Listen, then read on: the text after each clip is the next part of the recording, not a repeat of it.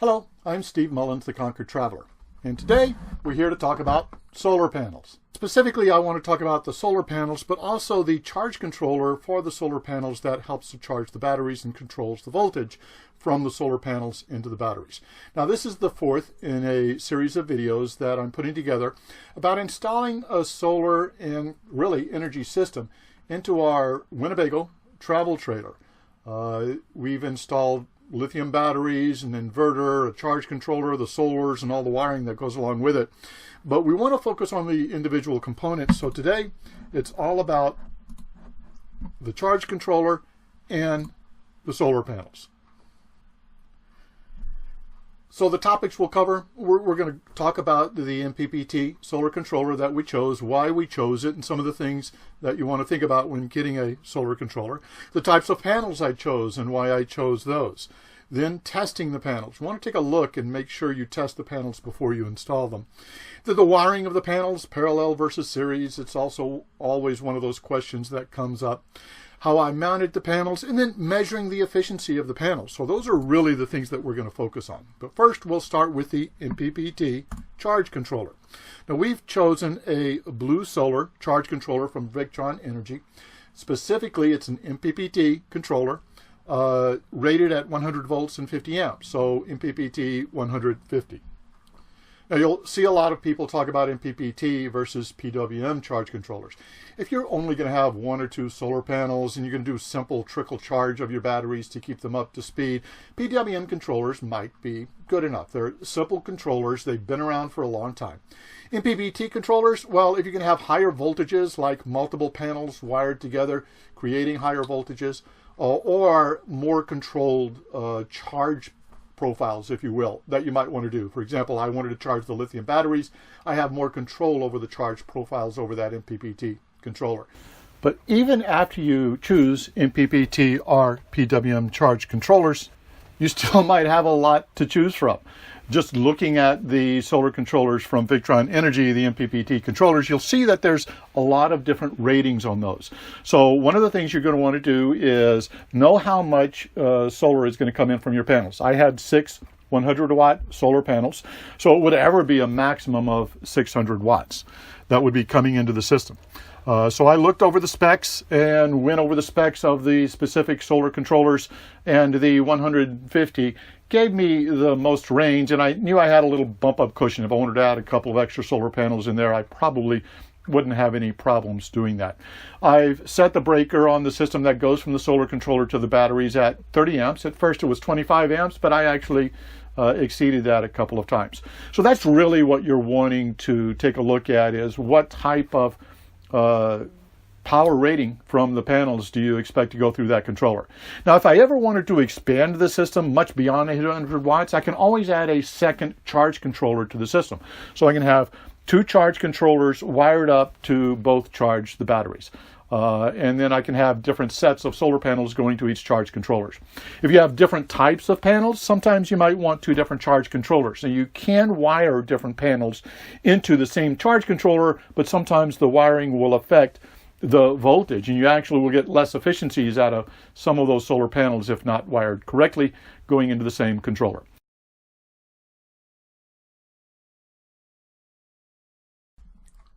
So let's start talking about those solar panels. When you start to do your research on solar panels, you're going to find there's several types of solar panels. 3 primary solar panels, really, monocrystalline, polycrystalline, and what are called thin film. But in the RV world, I've seen most people installing either monocrystalline or polycrystalline. And you can look online and see the efficiencies and the cost of those for variation. But my primary choice when choosing these were I wanted a flexible solar mount.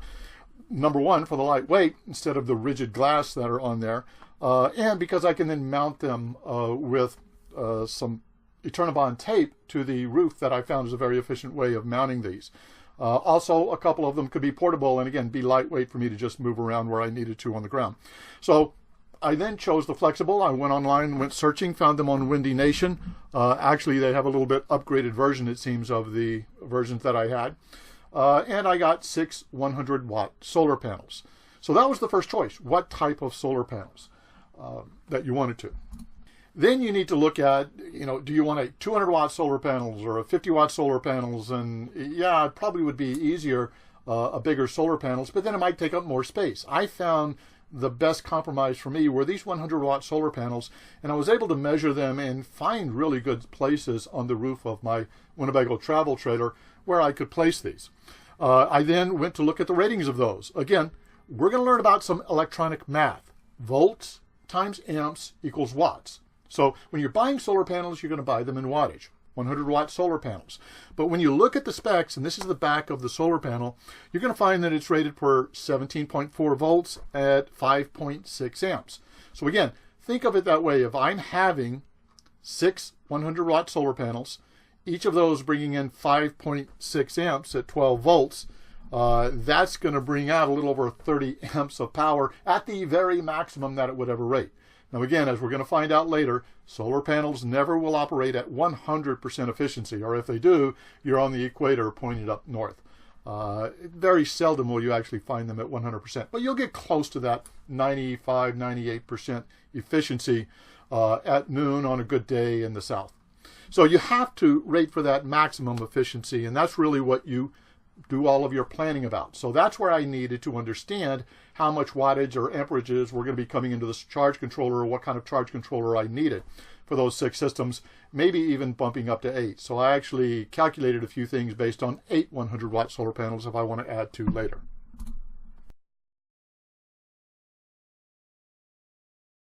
So here, trying to test our solar, showing how I went about testing the solar panel. So I have one that I know works well and one that I know is bad. And I've got to hurry up because it's the middle of December, it's 2018, and I only have a short window of sunlight where the sun actually hits the panels. And you got to have the sun hitting the panels. So we're just going to do a quick, what's called short circuit voltage test. So let's go ahead and set our meter to volts. Make sure we put it in DC mode. And black into black. Red into red. And the open voltage that it's metering, 20.65. And if you remember from the back of the panels, that's close to the short circuit voltage that we should be measuring. Now, this is how I found out that I actually had a bad panel. So I did the exact same test on all of my panels, and this one kept coming up short. It wasn't showing the same short circuit voltage. And here it's almost half of that, so 10.5, 10.46 voltage is what it's showing as a short circuit voltage. Now, could you use the panel? Yes, you could, but it might not be putting out the same amount of power that the others would be putting out, definitely not the same voltage. And it could draw down the rest of your array.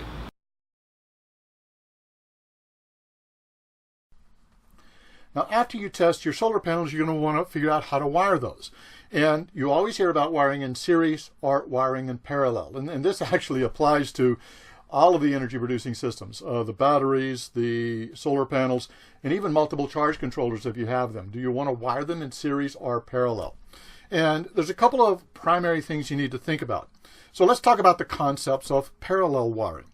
Parallel wiring, again, thinking that volts times amps equals watts, electricity, when you wire things in parallel, they're individual. What that really means is if one of these systems goes out, you don't lose the entire series. You don't lose the entire solar panel array. You only lose that one that was wired in parallel. Because think of all of these coming to one place, joining, so the electricity from all of the other 3 that are still online will come into play. So that's one of the primary things. Now, when you wire in series, you'll find that eliminating one in the series can eliminate the entire array. The second thing is amps will be combined when wiring in parallel, and the volts remain the same.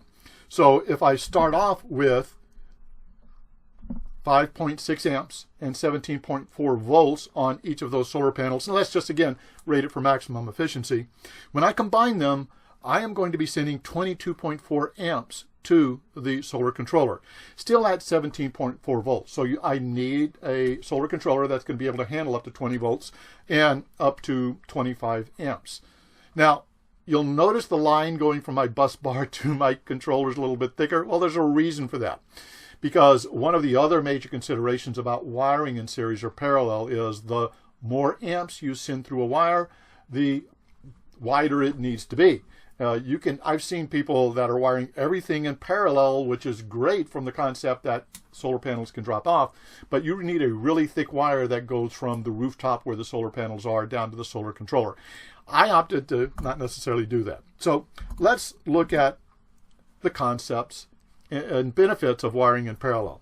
The benefits, well, when you wire two different sizes together in parallel, power from a larger panel is not reduced. That's another thing. Just like if I lose one of the panels in the array, if one of those is rated, say, at 50 watts and the other one is rated at 100 watts, I'm going to get 100 watts from the 100 watt panel and 50 watts from the 50 watt panel. So that's a good thing about wiring in parallel. The second thing is, if shading affects one of the panels in the array, you don't lose the whole array. I'm still getting power from the other three. Shading is a big concern on travel trailers when we're out at campgrounds primarily. We love the trees that are at campgrounds. Well, guess what? They can shade your solar panels. What are some of the cons?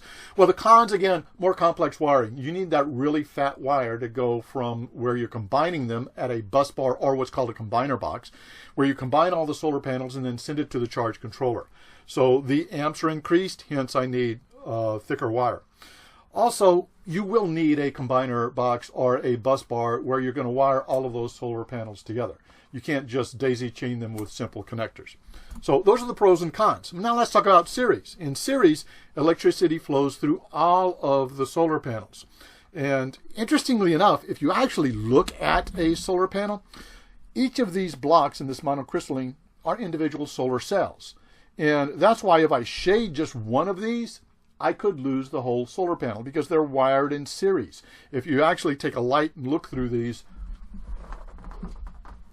really closely, you can start to see where those small cells are combined. So that's why it's also important to note, and when you're measuring your panels, this one is a monocrystalline. If I end up shading one of these completely and lose that cell, I could lose this whole solar panel from charging electricity because they are wired in series. So that's what happens when you wire in series. The electricity is trying to flow through all of the panels and it gets stopped at that one that you're losing power from. So again, the efficiencies are not as much. Now, let's look at the electronic math when wired in series. When wired in series, my amps remain the same, but the volts are combined. So if I take, again, 4 100-watt solar panels rated at 17.4 volts, well, now I've multiplied that by 4. I'm now sending 71 volts to my charge controller, and I need a charge controller to be able to manage 71 volts because I don't want to be sending 71 volts to my 12-volt battery. So that's the two primary considerations for series and parallel, is the amps and the volts. So you need to understand that solar math. What are the pros about wiring in series? Well, no need for that combiner box. I can use simple MC4 connectors. The wiring in series minimizes the amps, hence you don't need as thick a wire to be able to wire in series. Now the cons, you need a solar controller to be able to handle that increased voltage.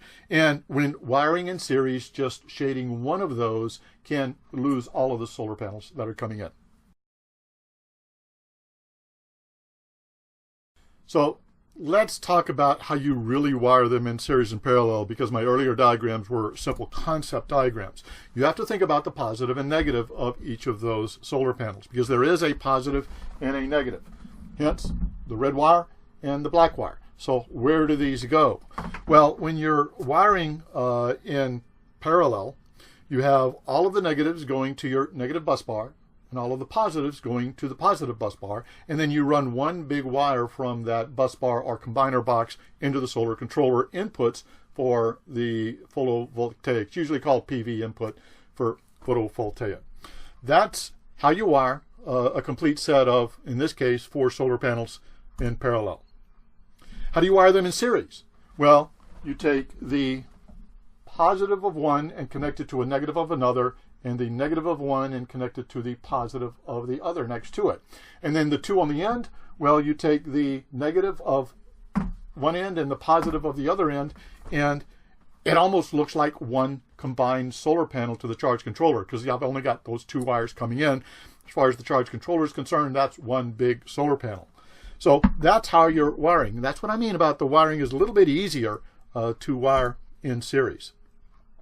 But how do I get the best of the pros of both sides of the equation without too much of the cons? Well, it really is a combination of the two. So this is what I opted to do. We started with 6 100-watt solar panels. Now, each of those specs showed 17.4 volts at 5.6 amps, combined for about 100 watts. So what I first did was combine them into 3 sets, if you will, or 3 arrays, by combining 2 of the panels together in series. So they're wired in series, resulting in 35.6 volts and 5.62 amps for each of those sets. Now, it doesn't form one panel, but for the rest of the system, it'll look like one panel at 35.6 volts. So again, combining those into 6 solar panels into 3 sets of 2 each of those series wired in series. Then I took those 3 sets and I wired the 3 arrays in parallel. So this allowed me to bump my amps to 16.86 amps while keeping the volts at 35.6 volts, again resulting in 600 watts. And that's what I wired into the MPPT controller. So I took the positive from each of those sets or arrays, wired them to a combiner bar, did the same thing with the negatives, and that's how I was wiring them in parallel. Now, what I ended up doing was one set of those is roaming on the ground and 2 sets of those are on the roof. So I combined the 2 sets on the roof and then brought those down to the bus bars.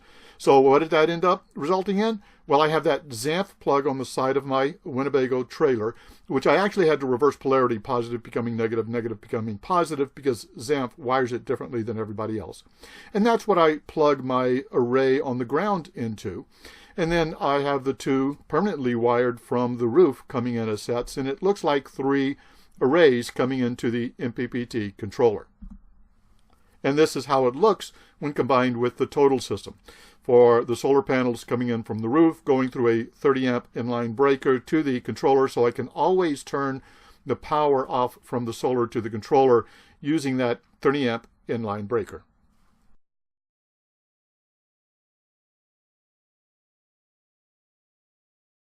So, sun goes behind a tree, shade on the panel doesn't produce solar. Just one of the many variations that you have to think about with solar. But probably one of the most that I have to think about when I moved up north is the sun really isn't in the sky that much. And even when it's in the sky, it's not very high in the sky. So there's not a whole lot of direct sunlight on these panels, especially if the panels are mounted flat. So that's going to reduce some of the efficiency, and you have to take that in mind. So I was able to actually find an app called Sun Surveyor that really gives a good idea of what the sun does. If I actually look in the sky, I can see where I am, and I can see the angle of the sun. But let's go to the live view real quick, because what I found is this is where the sun rises. It's behind everything, so it's behind the trailer, behind the house. It's not even going to be showing. Finally, it gets into the sunlight a little bit about 11 a.m. and there it is. It's almost noon now, but it's behind a tree, and then by 2 p.m. Or 3 p.m. it's going to go set behind the house again. So I really only have maybe 2 hours, 3 hours of sunlight, and it's very low in the sky. Not very high at all. Matter of fact, it shows about 20 degrees high in the sky. That's not a great angle. So that's where a lot of people start thinking about angling their solar panels. It's why I've made 2 of the solar panels portable, so that I can set them up and angle them towards the morning sun, change them again towards midday sun, change them again towards the evening sun. While leaving the panels on the roof flat, I recognize I'm going to lose efficiency as the sun crosses the sky, but for the most part during the summer and the high days, I'm going to get a lot of sun on the top of the roof. And those are some of the choices I made when selecting the solar panels and charge controllers that I had. Hope you enjoyed this series that focused on solar panels and the charge controller for an RV solar system. Please take a look at some of the others and subscribe to the channel if you like what you've seen. We hope to be posting more, not only about what we've done in the RV, but also about our travels in the RV.